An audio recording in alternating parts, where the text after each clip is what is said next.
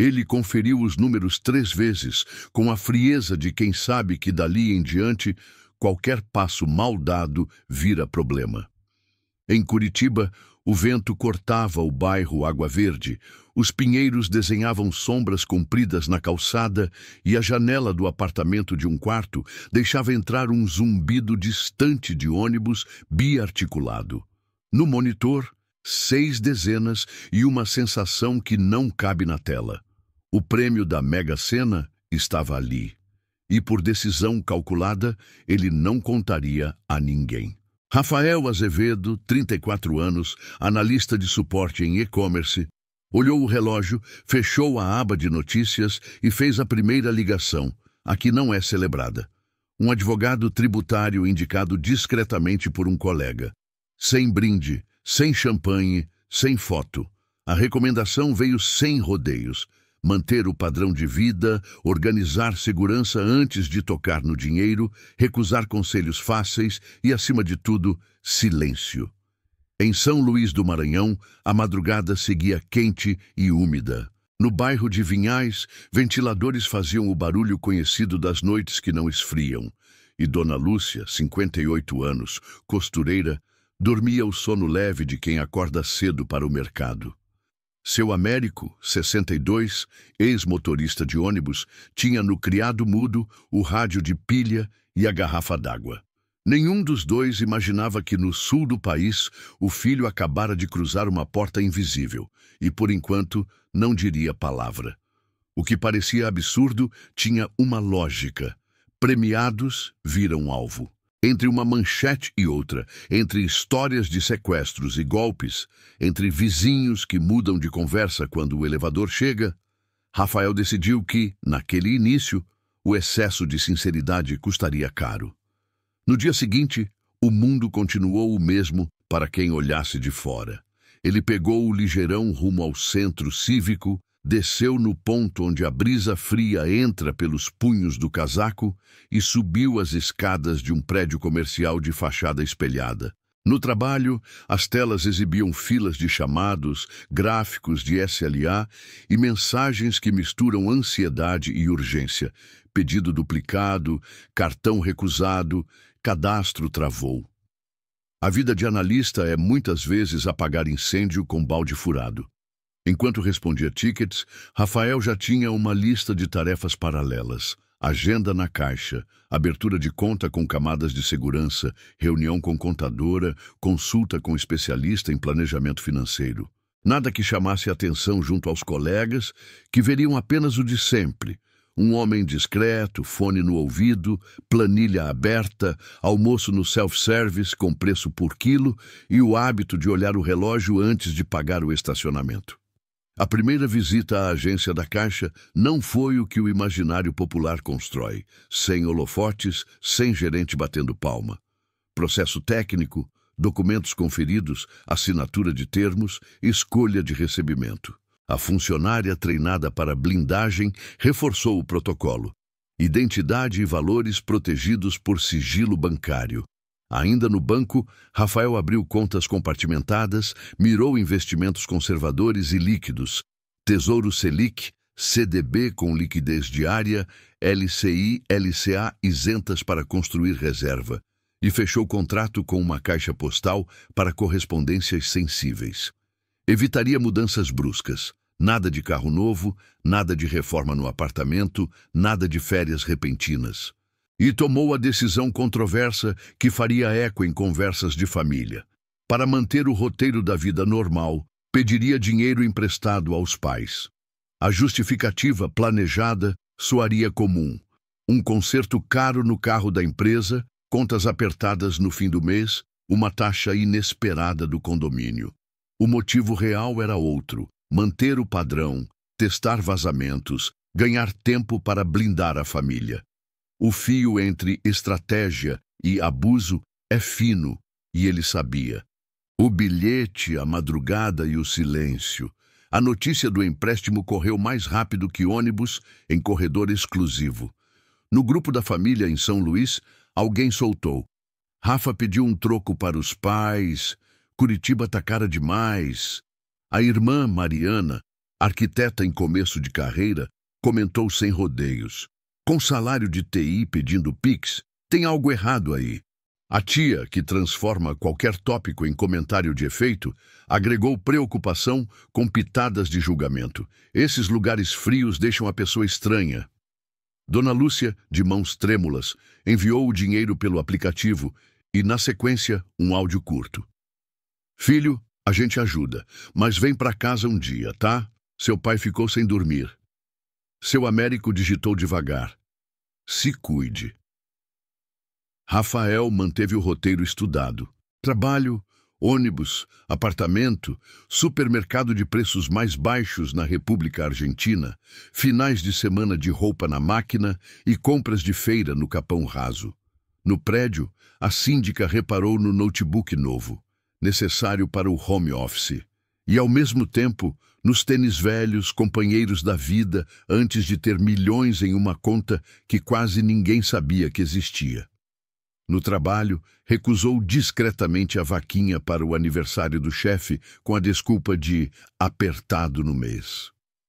Alguém, no corredor, soprou a teoria do agiota. Um supervisor, dono de certezas fáceis, comentou em voz alta. Quem brinca com dívida não aguenta muito tempo. O rótulo nasce rápido, desfazê-lo custa linhas que ninguém quer ler. À noite, em Curitiba, o frio entra por frestas que a gente não nota de dia. No apartamento, Rafael anotava planos com a precisão de quem resolve chamados complexos. A contadora sugeria uma holding patrimonial para proteger imóveis futuros. O advogado lembrava, quanto menos pessoas souberem, menor o risco de extorsão. O consultor de segurança reforçava rotas alternativas, rotinas sem previsibilidade, atenção a aplicativos instalados. Entre uma orientação e outra, ele pensava no efeito humano do segredo, a distância silenciosa que cresce entre quem sabe e quem não sabe, a culpa que insiste quando a mãe manda o áudio dizendo que o cordeiro do domingo vai ficar mais simples porque ajudou o filho. No norte e no sul, cidades seguem seus ritos. São Luís acorda com o sol despertando azulejos portugueses no centro histórico. Vendedores de suco no mercado das Tulhas, cheiro de coentro e manga verde no ar.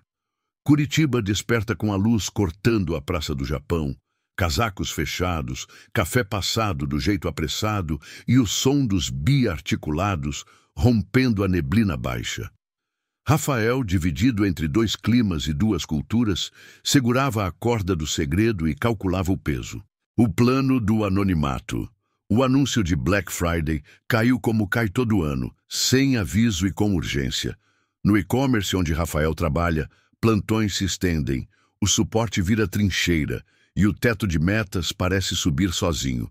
Ali, ele assinou o recesso de fim de ano. Iria a São Luís. No avião, o corpo trocou de clima sob o mesmo assento. O pouso trouxe o bafo quente do Atlântico e aquela luz que faz sombra diferente em novembro. Logo no primeiro almoço, panela de barro, arroz de cuchá, conversa atravessada. Dona Lúcia, com olhos atentos às entrelinhas, perguntou sem rodeios. Rafael, está tudo bem mesmo? Ele respirou, escolheu frases vazadas que dão informação sem revelar o diploma. Tô apertado, mãe, mas passando. À tarde caminhou pelas ruas do centro. Os paralelepípedos guardam passos de uma cidade antiga que conversa com o mar e com a história. Azulejos coloniais, fachadas descascadas, portas altas. Parou na Rua Portugal, olhou gente fotografando poesia em paredes e pensou no que é valor antes de virar número no extrato. Encontrou o amigo de infância, Clésio, agora corretor. Rapaz, tô com umas aplicações que dobram em 6 meses. Se entrar uma grana aí, me chama. O primo de fala solta, Fábio cutucou. O povo do sul é frio, viu? A gente aqui segura a família, pede quando precisar.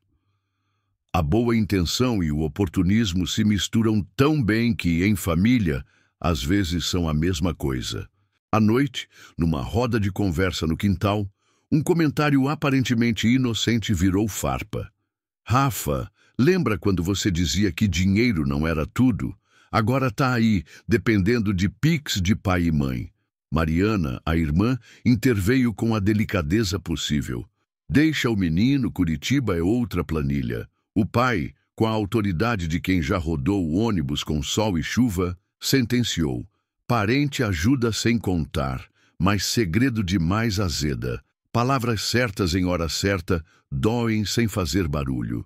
De volta a Curitiba, a vida pediu posição. O segredo começava a cobrar juros emocionais. O saldo bancário crescia sob políticas conservadoras. O saldo de confiança, nem tanto. No trabalho, a ex-namorada reapareceu com mensagem neutra. Vi uma foto sua no centro cívico. Como você está? No condomínio, um vizinho ofereceu negócios que rendem. As redes sociais, esse corredor eterno, entregavam anúncios de cursos para novos milionários, que prometem blindar patrimônio e quase sempre abrem portas para outro tipo de extorsão. Rafael mantinha o foco e reconhecia que a linha de chegada parecia se afastar a cada passo. Fofoca, intrigas e a vida em duas cidades. No começo de um inverno que chegou mais cedo, Curitiba fez 6 graus ao amanhecer. Na sala de reuniões, o supervisor resolveu falar de performance. Comentou que Rafael parecia disperso, coisa de quem lida com pressão financeira. Ele engoliu a ironia. Do outro lado do país, a família preparava a festa de aniversário de Dona Lúcia, mesa posta na varanda, vento morno, garrafas de refrigerante suando. A pauta principal do grupo de WhatsApp era outra. Rafa não vem? Ainda está apertado? A tia, sempre ela, levantou hipótese. Vai ver, está devendo pra gente errada. O boato é um vírus com alta taxa de contágio. Mariana mandou mensagem privada. Mano, se vocês tiverem apuros, me fala.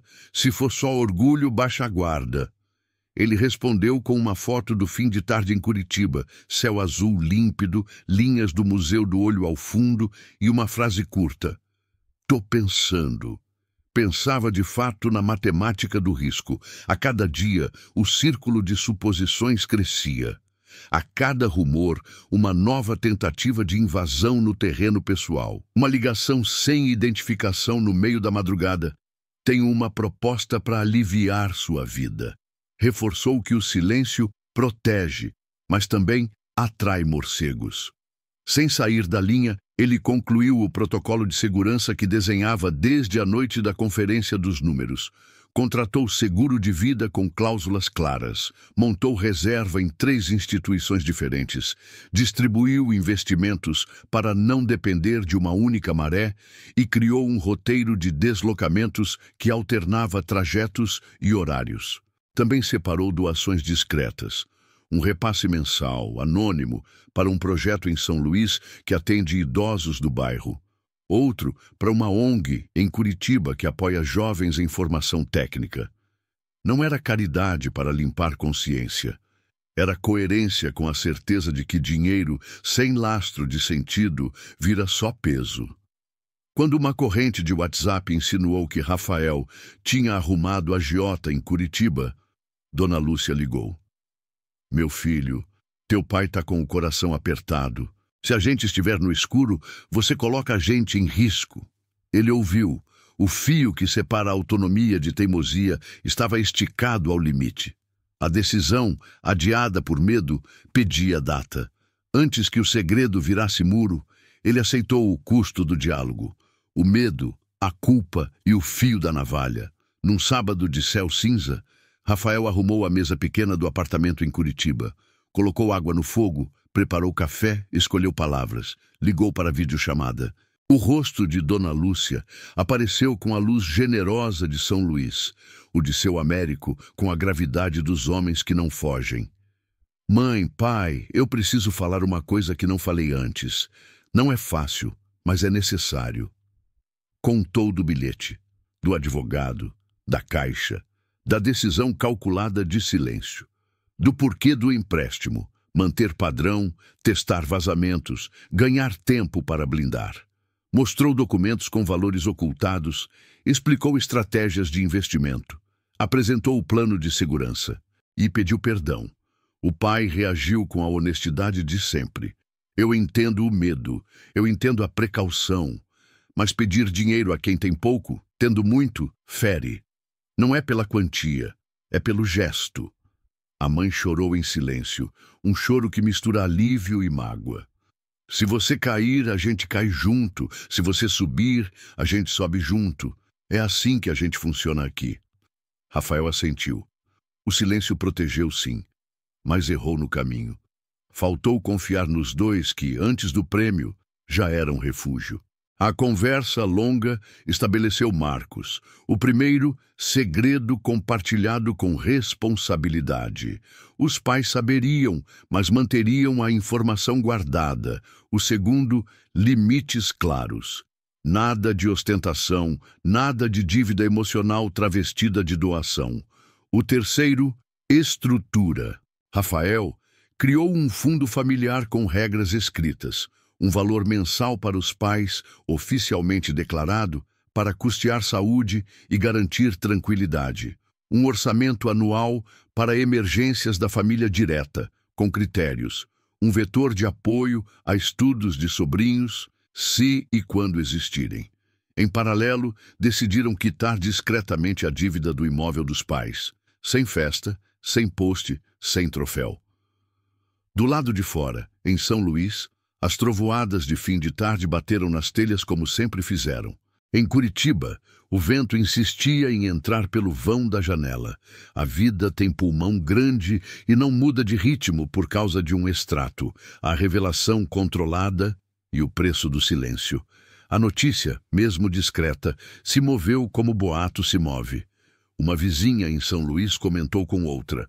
Dizem que o filho de Dona Lúcia entrou num dinheiro grande. Não disse loteria, disse jogo. A palavra erra o alvo e acerta o estrago. Chegaram mensagens antigas em novos tons. E aí, sumido, lembra de mim? Apareceram pedidos indiretos. Tô com um projeto social, precisava só de um empurrão de 50 mil.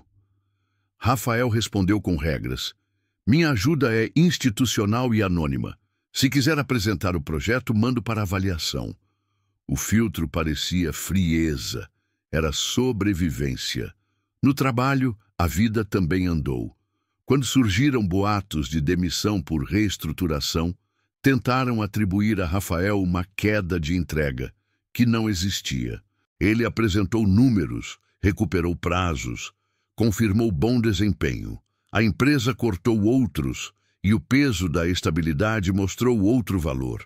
Ter ou não quem paga suas contas nunca foi apenas sobre cifra, é sobre tempo e tranquilidade.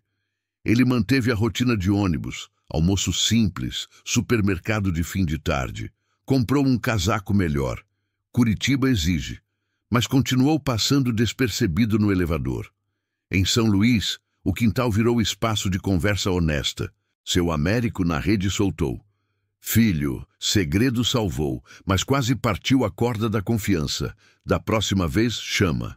Dona Lúcia, com a dignidade de quem sabe o preço das coisas e o valor das pessoas, arrematou. Dinheiro é bom quando não muda o nosso jeito de dizer bom dia.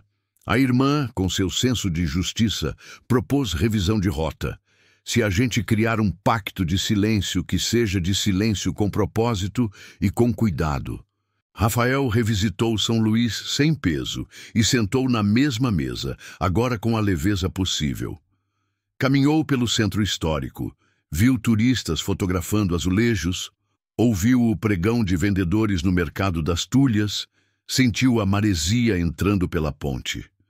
Em Curitiba, num domingo de céu aberto, pedalou no Parque Barigui, viu capivaras ignorando gente e entendeu que a vida tinha escolhido duas casas, o calor que acolhe e o frio que protege. Ele não comprou carro importado, não construiu mansão, não virou outra pessoa. Investiu em tempo, reduziu carga horária, cursou uma pós em ciência de dados, porque curiosidade também rende juros, e manteve uma agenda de doações que não pede aplauso.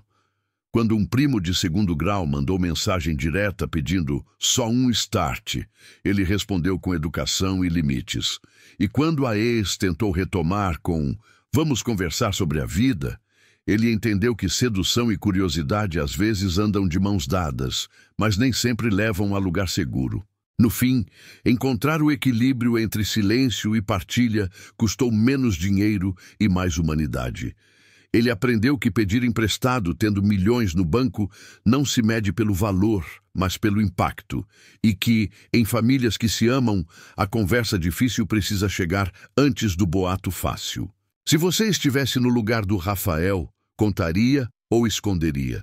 Pedir dinheiro aos pais para manter o segredo foi estratégia inteligente ou ultrapassou uma linha que não se deve cruzar? Sua opinião é essencial.